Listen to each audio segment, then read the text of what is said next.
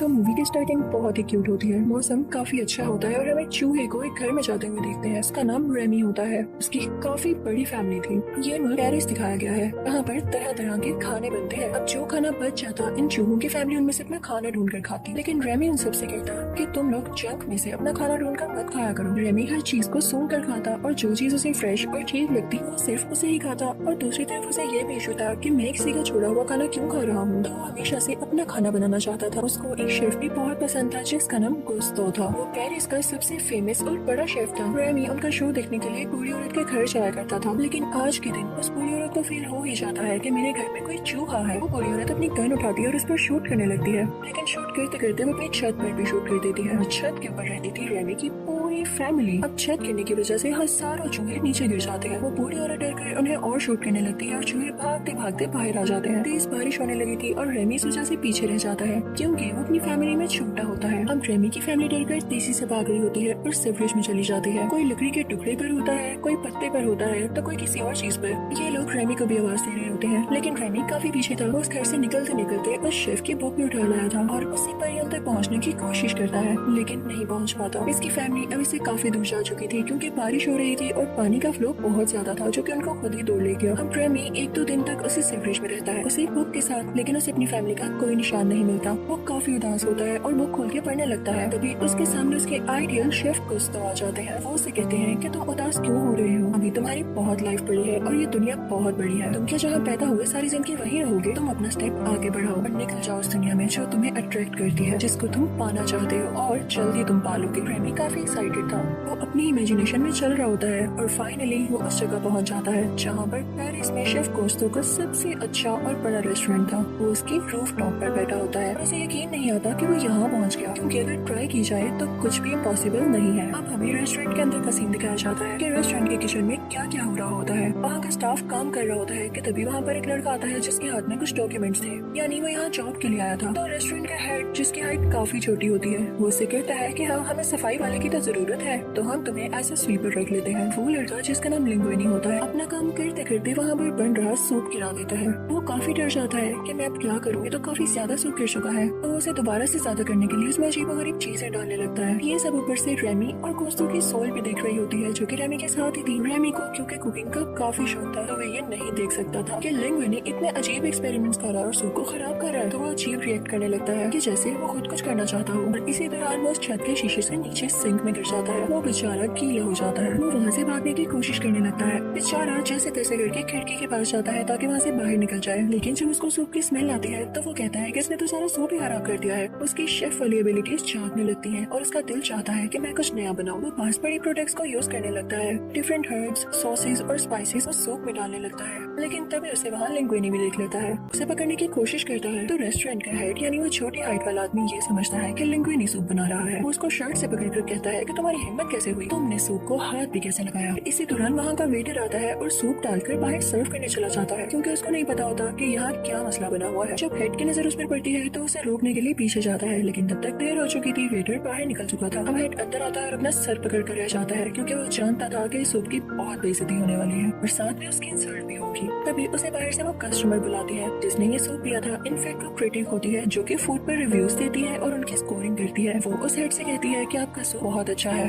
Head को यकीन नहीं आता और अंदर आकर लिंगुइनी से कहता है कि तुमने इतना अच्छा सूप कैसे बना लिया। तो लिंगुइनी को आगे से कुछ समझ ही नहीं आता, वो कुछ बोल ही नहीं पाता। अब हेड खुद उस सूप को चखता है तो वो लिंगुइनी से कहता है कि तुम हमारे सामने ये सूप बनाओगे ताकि हम भी देखेंगे तुमने इसमें ऐसा क्या डाला है। रेमी भी ये सब कुछ सुन रहा होता है। वो अपनी जान बचाने के लिए खिड़की से बाहर निकलने लगता है, लेकिन तभी उसे हेड देख लेता है। लिंगुइनी से कहता है कि इसको बाहर फेंक दो जाकर। लिंगुइनी उसे पकड़कर बाहर ले आता है, लेकिन बाहर आकर लिंगुइनी उसे नहीं फेंकता। उससे बातें करने लगता है कि क्या वाकई तुमने वो सूप बनाया। और रेमी आगे से सर हिलाने लगता है, लेकिन साथ ही साथ रेमी अब फ्री भी होना चाहता था। तो जैसे ही लिंगुइनी जार का कैप खोलता है तो रेमी भाग जाता है। लिंगुइनी काफी सैड हो जाता है कि मैंने तो सूप बनाया ही नहीं था, मेरी तो हेल्प इसने की थी। तो ये चला गया तो मैं सूप कैसे बनाऊंगा। जब रेमी देखता है कि लिंगुइनी सैड हो गया है तो वो वापस आ जाता है। अब ये दोनों लिंगुइनी के छोटे से घर में जाते हैं। अब सुबह होते ही रेमी इन दोनों को ब्रेकफास्ट बनाता है और ये मिलके रेस्टोरेंट चले जाते हैं। ये सोचने लगते हैं कि हम मिलकर कुकिंग कैसे करेंगे, क्योंकि रेस्टोरेंट हेड ने तो सिर्फ लिंगुइनी को कहा था सूप बनाने के लिए, लेकिन असल में तो बनाया वो रेमी नहीं था। तो रेमी रेमी इसको गाइड कैसे करेगा? तो अब इन लोगों को आइडिया आता है। रेमी लिंग्विनी के शेफ कैप के अंदर बैठ जाता है और उसके बाल खींचने लगता है, नीचे से हम जॉयस्टिक से खेलते हैं। और रेमी भी लिंग्विनी के बाल पुल करने लगता है, उसे बताने के लिए कि ये स्टेप कैसे करना है और कैसे ये चीज उठानी है और कौन सी उठानी है। ये लोग घर जाकर उसकी अच्छे से प्रैक्टिस करते हैं। इन दोनों के एक्शंस एक दूसरे के साथ काफी मैच हो चुके थे। अब अगला दिन आता है और लिंग्विनी रेस्टोरेंट में वो सूप बना देता है, बिल्कुल वैसे ही जैसे रेमी ने इसे बताया। रेमी ने इसे बनवाया। अब रेस्टोरेंट का हेड कहता है कि तुमने अच्छा सूप बनाया, तुम्हें स्वीपर से हटाकर मैं तुम्हें जूनियर शेफ की ड्यूटी देता हूँ। लेकिन लिंग्विनी को और चीजें सिखाने के लिए और उस पर चेक रखने के लिए वो हेड एक फीमेल शेफ को कहता है और अब उसे और चीजें बताने लगती है। वो साथ में से गुस्तों का फेवरेट डायलॉग भी बताती है, यानी कि उनका एक स्लोगन भी था कि एनीवन कैन कुक, कि हर कोई पका सकता है, तो इसलिए तुम्हारा पास जैसा भी था, तुम चाहे स्वीपर थे लेकिन तुम भी पका सकते हो। उसी तरह हम रेस्टोरेंट के हेड को देखते हैं जो कि वो डॉक्यूमेंट्स पढ़ रहा होता है जो कि लिंग्विनी उसके पास लाया था जॉब एप्लीकेशन के टाइम। उसको पता चलता है कि लिंग्विनी कोई और नहीं बल्कि गुस्तों का बेटा है। वो कहता है कि मैं इस बात में यकीन नहीं कर सकता।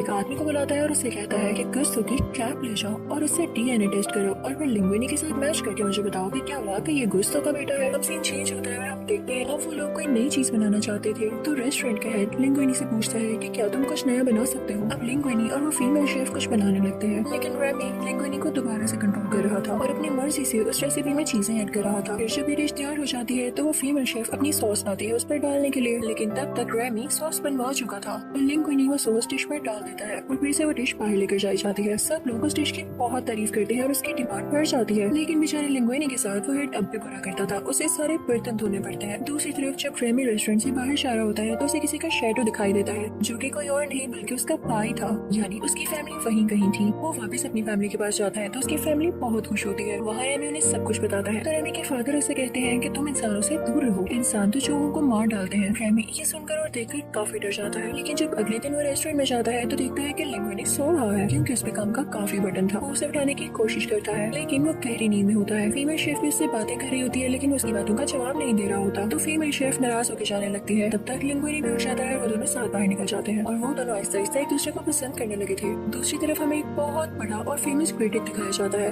जो कि बड़े बड़े 5 स्टार और 7 स्टार रेस्टोरेंट्स को रेटिंग दिया करता था। एक बार इसने गुस्तों के रेस्टोरेंट को भी रेटिंग दी थी लेकिन काफी बुरी। उसने इसमें काफी बैड वर्ड्स लिखे थे जिसे पढ़कर गुस्तों को हार्ट अटैक हो गया और वो बेचारे मारे गए। अब जब इस बुरी क्रिटिक को ये बात पता चलती है कि गुस्तों का रेस्टोरेंट काफी अच्छी रेटिंग पर जा रहा है तो इसे काफी गुस्सा आता है। अब जब किचन में लिंग्विनी और वो फीमेल शेफ बातें कर रहे होते हैं तो रेमी को काफी बुरा लगता है क्योंकि लिंग्विनी अब रेमी से बातें नहीं किया करता था। तो रेमी सोचता है कि मेरे फादर ठीक कहते हैं, इंसानों का हमारा कोई ख्याल नहीं, लेकिन मुझे तो अपनी फैमिली का ख्याल है तो मैं इनके लिए खाना लूंगा। यानी रेमी अब यहाँ के किचन से खाना चुराने वाला था, लेकिन जब वो वहाँ जाता है तो लॉक्ड होता है और उसकी चाबी थी रेस्टोरेंट के हेड के पास। जब रेमी उस हेड के ऑफिस में जाता है तो वहाँ पे कुछ पेपर्स पड़े होते हैं, उस पर ये लिखा होता है कि लिंग्विनी वाकई गुस्तों का बेटा है। वो गुस्तों की विल होती है कि मेरे बाद मेरा रेस्टोरेंट मेरे बेटे का होगा, यानी अब हेड भी जान चुका था कि वाकई लिंग्विनी है गुस्तों का एक ही एक बेटा। रेमी वहाँ से वो डॉक्यूमेंट्स लेके भाग जाता है लेकिन हेड भी उसका पीछा करने लगता है, वो उसे नहीं पकड़ पाता। तो रेमी ये डॉक्यूमेंट्स उन दोनों को दे देता है। अब तो जैसे लिंग्विनी के दिन बदल गए थे क्योंकि सारा रेस्टोरेंट उसके नाम था और इसके बाद रेस्टोरेंट से उस धोखेबाज हेड को निकाल दिया जाता है। अब लिंग्विनी की सब काफी तारीफ करते थे, उसका रेस्टोरेंट और भी ज्यादा चलने लगता है क्योंकि उनको पता चल चुका था कि गुस्तों का बेटा है और जरूर इसके हाथ में भी काफी टेस्ट होगा। तभी उसके रेस्टोरेंट में वो बुरा क्रिटिक आता है और उसे कहता है कि नेक्स्ट वीक में दोबारा आऊंगा और तुम्हारे खाने को रेटिंग दूंगा। लेकिन इस तरह लिंग्विनी और रेमी में लड़ाई हो जाती है। लिंग्विनी रेमी से कहता है कि ठीक है मैंने बहुत कुछ सीख लिया, अब मुझे तुम्हारी जरूरत नहीं। वो रेमी को उस रेस्टोरेंट से बाहर निकाल देता है। रेमी को काफी दुख होता है और वो कहता है कि मैंने हमेशा इसके साथ अच्छा किया लेकिन ये फिर भी ऐसे कर रहा है। वो गुस्से में अपनी सारी फैमिली को वहाँ के किचन में ले आता है और खाना चुराने लगता है। लेकिन जब लिंग्विनी को देखता है तो रेमी को पकड़ के कैद कर लेता है, उसे एक केज में डाल देता है। लेकिन जल्द ही वो दिन आ चुका था जब उस क्रिटिक ने इनके रेस्टोरेंट में आना था।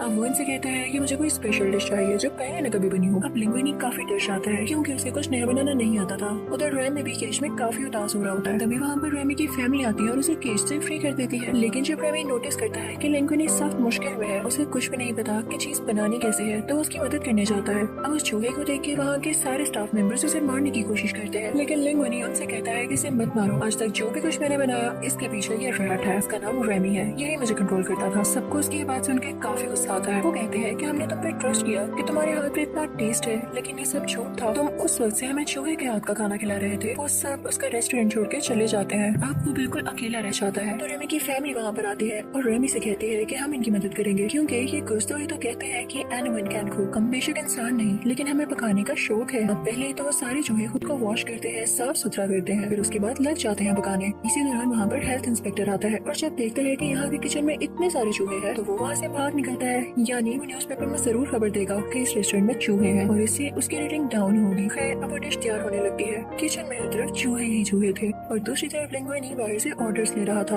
और उन लोगों को सर्व कर रहा था। और वो टाइम आ जाता है जब उस क्रिटिक के लिए वो डिश तैयार हो जाती है। अब वो डिश उस क्रिटिक को सर्व की जाती है। जैसे ही वो उसकी पहली बाइट लेता है तो अपनी आंखें बंद कर लेता है। उसने आज तक इतनी डिलीशियस डिश कहीं नहीं खाई थी सिवाय उस टाइम की जब उसकी मदर उसके लिए ये बनाया करती थी, क्योंकि वो बचपन में एक विलेज में रहा करता था जहाँ उसकी मदर वेजिटेबल से उसके लिए ये बनाती थी। तब तक वहाँ पर फीमेल शेफ भी पहुंच चुकी थी जिसने थोड़ी बहुत लिंगुइनी की हेल्प भी करवाई थी। अब वो क्रिटिक कहता है कि मैंने जो भी किया गलत था, लेकिन आज जो मैंने डिश खाई है वो मैं बता नहीं सकता कि मुझे कितनी अच्छी लगी। वो कहता है कि मुझे अपना शेफ तो दिखाओ। अब जब सब लोग चले जाते हैं तो लिंगुइनी और वो फीमेल शेफ उस चूहे यानी रैमी को लाते हैं। वो क्रिटिक को बताते हैं कि ये है हमारा शेफ। तो क्रिटिक उसे देख के काफी हैरान होता है, लेकिन वो कहता है कि मुझे खाने का वाकई बहुत मजा आया। अब नेक्स्ट डे न्यूज़पेपर में हम देखते हैं कि उस क्रिटिक ने काफी अच्छा रिव्यू दिया है और साथ में ये भी लिखा है कि इस रेस्टोरेंट का शेफ एक चूहा है। दूसरी तरफ उस हेल्थ इंस्पेक्टर ने भी इस रेस्टोरेंट को सील कर दिया था यहाँ चूहे होने की वजह से। और जब क्रिटिक ने भी ये लिख दिया कि यहाँ का शेफ चूहा है तो लिंगुइनी को भी वो रेस्टोरेंट बंद करना पड़ा, क्योंकि जाहिर है लोग तो चूहों पर ट्रस्ट नहीं करते। लेकिन उसके बाद लिंगुइनी अपना एक और रेस्टोरेंट खोलता है जिसमें शेफ कोई और नहीं बल्कि रैमी ही था। उसके साथ वो फीमेल शेफ भी थी और वो क्रिटिक ऑफनली वहाँ पर खाना खाने आया करता था। सब काफी खुश थे। इसी के साथ ये मूवी हैप्पीली एंड हो जाती है। इस मूवी से हमें ये भी लेसन मिलता है कि हमारी लाइफ में जो भी होता है हमारे बेटरमेंट के लिए होता है और हम उससे बहुत कुछ सीखते हैं और ग्रो करते हैं।